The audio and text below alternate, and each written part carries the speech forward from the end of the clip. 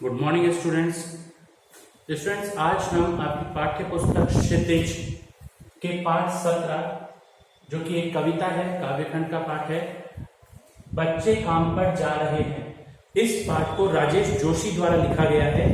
इस कविता का हम पठन करने जा रहे हैं। तो आइए शुरू करते हैं। बच्चे काम पर जा रहे हैं। बच्चे काम पर जा रहे हैं, जैसा नाम से, शीर्षक से ही पता चल रहा है कि जो छोटे बच्चे हैं वो अपने आजीविका के लिए, अपनी आय प्राप्ति के लिए, अपने घर पे, अपने परिवार में, अपने माता पिता का सहयोग करने के लिए नौकरी पर जा रहे हैं।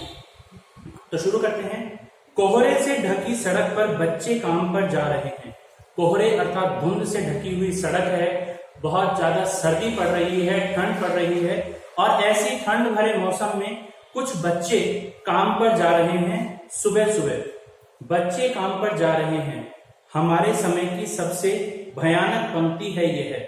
हमारे समय की सबसे भयानक पंक्ति है यह। कवि ने इस पंक्ति को सबसे भयानक इसलिए बताया है कि हमारा जो समय है, जिसमें बच्चों को आगे बढ़ने का, उन्हें खेलने का, पढ़ने का भरपूर समय मिलना चाहिए, उन्हें विकसित होने का भरपूर समय मिलना चाहिए। जिस प्रकार से एक पुष्प को, एक फूल को खिलने के लिए पानी, धूप, प्रकाश, ऊर्जा, सभी चीजें, खाद इत्यादि सभी चीजें चाहिए होती हैं, उसी प्रकार से बच्चों को सभी प्रकार से, सभी गुणों में विकसित होने के लिए, सर्वांगीण विकास के लिए बच्चों के, उन्हें पढ़ना, खेलना, लिखना इत्यादि सभी चीजों में सुविधाएं प्राप्त होनी चाहिए।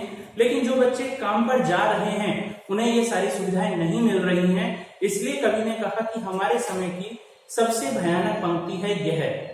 भयानक है, इसे विवरण की तरह लिखा जाना चाहिए, इसे सवाल की तरह। यानी कि ये भयानक है, इसे विवरण की तरह नहीं लिखा जाना चाहिए। भयानक है, इस बात को यदि हम विवरण की तरह लिखते हैं तो ये इस तरीके से कि आगे इसका विवरण करते हैं। तो कवि कह रहे हैं कि इस बात को हमें विवरण की तरह नहीं लिखना है कि इसकी व्याख्या करनी है, बल्कि यह बात समाज के लिए एक प्रश्नवाचक चिन्ह है।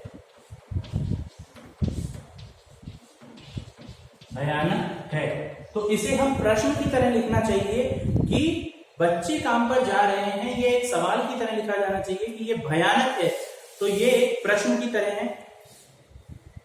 काम पर क्यों जा रहे हैं बच्चे? कि जो बच्चे हैं वो काम पर क्यों जा रहे हैं, किस लिए ये छोटे छोटे बच्चे इतनी ठंड में, इतनी सर्दी में काम पर जा रहे हैं? क्या अंतरिक्ष में गिर गई सारी गेंदें? क्या दीमकों ने खा लिया है सारी रंग बिरंगी किताबों को? तो वो बता रहे हैं कि क्या संसार में से सारी गेंदें, जिन गेंदों से बच्चे खेलते हैं, वो सारी गेंदें क्या अंतरिक्ष में चली गई हैं? अंतरिक्ष में गिर गई हैं, अर्थात अंतरिक्ष में चली गई हैं। क्या दीमकों ने खा लिया सारी रंग बिरंगी किताबों को? जो रंग बिरंगी बच्चों को के मन को भाने वाली अच्छी अच्छी कहानियों की और अन्य किताबें होती हैं, क्या उन सभी को दीमकों ने खा लिया है? दीमक वह कीड़ा जो कागज में और लकड़ी में लगकर उसे नष्ट कर देता है। तो उसके लिए कह रहे हैं कि क्या सभी किताबों को दीमकों ने खा लिया है? क्या काले पहाड़ के नीचे दब गए हैं सारे खिलौने? जो सारे खिलौने हैं वो किसी बड़े काले पहाड़ के नीचे दब गए हैं, जिससे बच्चे उनका उपयोग नहीं कर पा रहे हैं? क्या किसी भूकंप में ढह गई सारे मदरसों की इमारतें? क्या जो मदरसा होता है, मदरसा,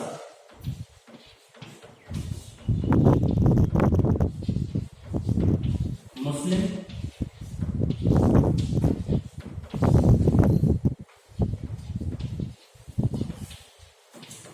समुदाय से संबंधित विद्यालय।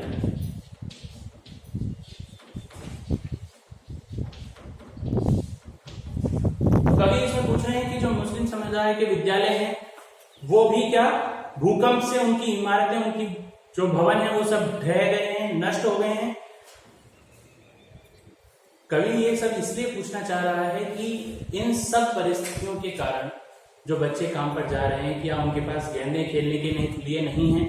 वो जिन गेंदों से खेलते हैं क्या वो आकाश में चली गई हैं? जो रंग बिरंगी किताबें वो पढ़ना चाहते हैं, क्या उन्हें दीमकों ने नष्ट कर लिया है, या उनके जो खिलौने हैं जिससे उनके खेलने की इच्छाएं हैं वो खिलौने क्या पहाड़ के नीचे दब गए हैं, या जिन विद्यालयों में वो जाना चाहते हैं वो उनकी इमारतें भूकंप में ढह गई हैं, क्या सारे मैदान, सारे बगीचे और घरों के आंगन खत्म हो गए एकाएक। यानी कि ये सारी चीजें, जो खेल के मैदान हैं, सारे बाग बगीचे हैं जहां बच्चे खेला करते हैं, शैतानियां किया करते हैं, और घर का आंगन है जिसमें बच्चों की खिलखिलाहट गूंजा करती है, वो सब खत्म हो गए हैं। ये सब परिस्थितियां, ये सब समस्याएं हो गई हैं, तभी बच्चे काम पर जा रहे हैं। तो फिर बचा ही क्या है इस दुनिया में? कितना भयानक होता अगर ऐसा होता, यानी कि यदि ये सब चीजें हो जाती तो संसार में कुछ भी नहीं बचता, और कितना भयानक होता, कितना खतरनाक होता कि यदि ये सब हो जाता। भयानक है, लेकिन इससे भी ज्यादा यह कि सारी चीजें हस्बमामूल है। हस्बमामूल यानी कि यथावत है।